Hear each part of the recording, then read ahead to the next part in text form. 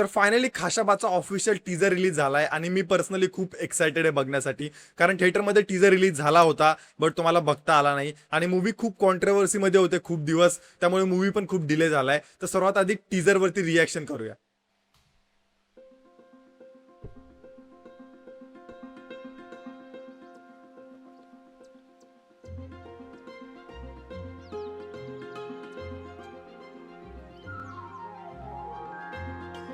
Nice यार, म्हणजे cinematography बाप वाटते. एक बोलतात ना,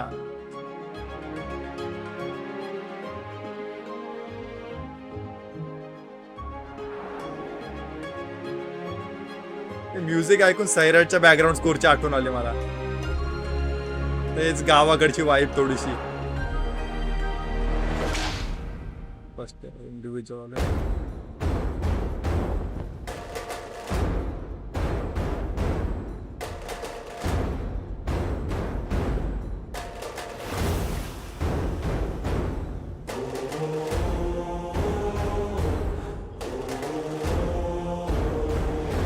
जितेंद्र जोशी, महेश मांजरेकर, गिरीश कुलकर्णी.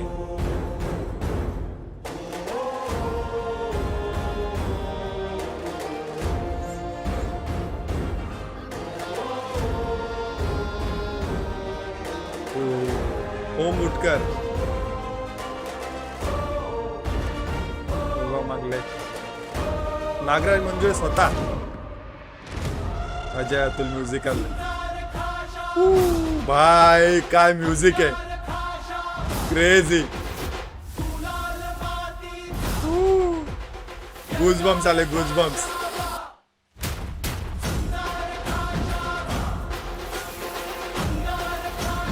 क्रेझी भाई, क्रेझी, एक नंबर.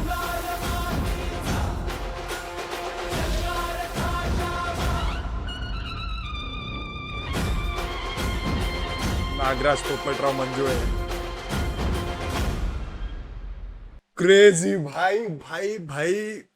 जी स्केल आहे ना मूवीची, म्हणजे काय मी शब्दात सांगता येणार नाही. मूवीची स्केल एकदम क्रेझी वाटते. ते बोलतात ना, एक खूप रिच लुकिंग मूवी असते त्या टाइप मध्ये मूवी वाटते. आणि अजय अतुलचं म्युझिक भाई बाप, म्हणजे सैराट पेक्षा चांगलं म्युझिक असू शकतं या मूवीचं लिटरली. आणि ज्योती देशपांडे आणि गिरीश कुलकर्णींनी सोबत मिळून प्रोड्यूस केलाय. आणि ऍज युजल नागराज पोपटराव मंजुळे यांचं डायरेक्शन बाप. आता तर हा तर टीजर आहे, सो टीजर बघून जर एवढं चांगलं वाटतंय, सो ऑफकोर्स जेव्हा ट्रेलर येईल तेव्हा किती भारी वाटेल. आणि अजून एक गोष्ट नोटीस करण्यासारखी आहे ती म्हणजे यांनी ना, जे मेन कॅरेक्टर आहे खाशाबा जाधव यांचं, त्यांचं कॅरेक्टर रिव्हील नाही केलंय त्यांनी. सिक्रेट ठेवलं की ऍक्च्युली ते कॅरेक्टर कोण आहे, त्याच्या अराउंड हाईट बिल्ड करतील. बट जेवढी ते बॉडी बघून वाटते किंवा जी हाईट बघून वाटते ना, मला तरी पॉसिबिलिटी वाटते कुठेतरी की हा आकाश ठोसरच असू शकतो. बट डोंट नो की नागराज मंजुळे एखादा नवीन फेस पण इंट्रोड्यूस करू शकतात. बट जो ऍक्टर आहे ना, आणि त्यांनी जी बॉडी बनवली आहे की खूप ऍथलेटिक बॉडी आहे ती, म्हणजे खूप अशी जशी काही काही बॉलिवूड मुव्हीज मध्ये असतं ना की ओव्हर बॉडी, खूप शार्प बॉडी, अशी पण नाहीये. आणि खूप बोलतात एकदम गावचा पैलवान असतो ज्याची थोडीशी पोट बाहेर असतं, त्याच्या टाईप पण नाहीये ती. एकदा ऍथलेटिक बॉडी असते ना, जे गावामध्ये शेतात काम करणारे माणसं असतात तशी बॉडी आहे. आणि भाई 1 जानेवारीला रिलीज होतो 2027ला, अजून 1 वर्षापेक्षा जास्त आहे कदाचित. 1 वर्ष नाही, दीड म्हणजे 6 महिने राहिलेत पिक्चरला रिलीज व्हायला. आणि मी सांगतो बाप असेल पिक्चर, कारण स्टारकास्ट तर तगडी आहेच. सैराटवाले पण काही ऍक्टर्स रिपीट झालेत. आणि दुसरी गोष्ट म्हणजे नागराज मंजुळे यांचं डायरेक्शन आणि अजय अतुल यांचं म्युझिक, नो डाऊट पिक्चर चांगला असेलच. मी तर आता टीजर बघूनच पर्सनली खूप एक्सायटेड झालोय. आणि मूवीमध्ये खूप कॉन्ट्रोवर्सीमध्ये पण होती की जे मूवीचे लेखक आहे, ज्यांनी मूवी जी बुक लिहिली आहे खाशाबा जाधव यांच्यावरती, त्याच्यावरनं कॉन्ट्रोवर्सी झाली होती. कदाचित ती सॉल्व्ह झाली असेल आता कोर्टामध्ये, म्हणून ऑफिशियल टीजर आपल्याला बघायला भेटलाय. आणि आय होप की पुढे पण काही कॉन्ट्रोवर्सी नको व्हायला.